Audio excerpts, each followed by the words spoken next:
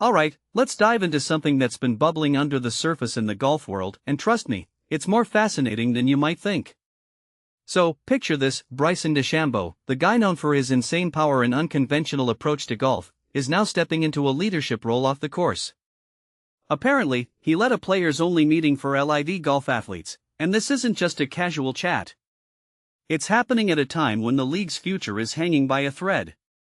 Personally, I think this is a huge moment for LIV Golf, and it's not just about the sport, it's about power dynamics, loyalty, and what happens when the money starts drying up.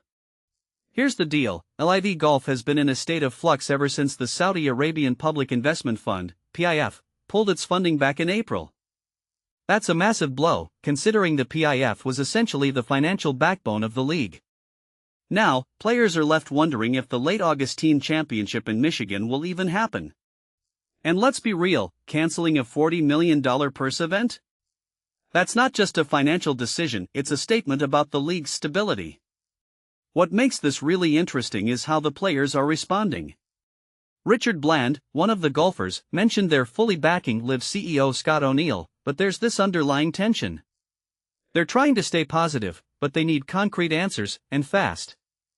From my perspective, this players-only meeting led by DeChambeau is a turning point. It's not just about saving the league, it's about the players taking control of their own narrative. Think about it: these are individual athletes who signed up for a league that promised them massive payouts and a new kind of competition. Now, they're being forced to think collectively, which is a huge shift. One thing that immediately stands out is how DeChambeau is positioning himself as a leader here. He's not just a golfer anymore, he's becoming a voice for the players, and that's a role I didn't see coming for him. But here's where it gets even more intriguing: the PGA Tour is looming in the background. Brooks Koepka and Patrick Reed already jumped ship back to the PGA, and now other LIV players might be considering the same. The catch? They'd face financial restrictions under the PGA's returning member program. So, it's like choosing between a sinking ship and a lifeboat with strings attached. What many people don't realize is that this isn't just about money, it's about pride, reputation, and the future of golf as a whole. If LIV collapses, it's not just the players who lose, it's the entire ecosystem that's been built around this league. What this really suggests is that the golf world is at a crossroads. LIV Golf was supposed to be the disruptor, the new kid on the block challenging the PGA's dominance. But without the PIF funding, it's struggling to stay afloat. And the players? They're stuck in the middle, trying to figure out their next move.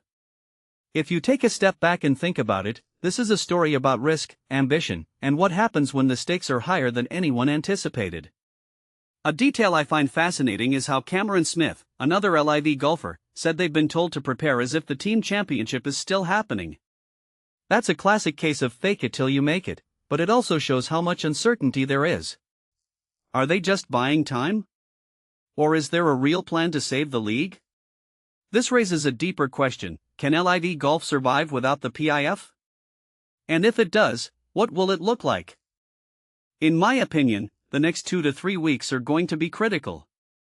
Either LIV finds a way to reboot itself, or we'll see more players jumping back to the PGA. But here's the thing: even if LIV collapses, its impact on the golf world won't just disappear. It's forced the PGA to rethink its own model, and it's given players more leverage than ever before. So, whether you love LIV or hate it, you can't deny that it's changed the game. As we wrap this up, I'm left wondering, what does this all mean for the future of golf? Is this the end of LIV's bold experiment, or just the beginning of a new chapter? Personally, I think this is a story that's far from over. And if you're a golf fan, or just someone who loves a good drama, this is definitely one to keep an eye on. What do you think? Is LIV Golf worth saving, or is it time to move on? Let me know in the comments below.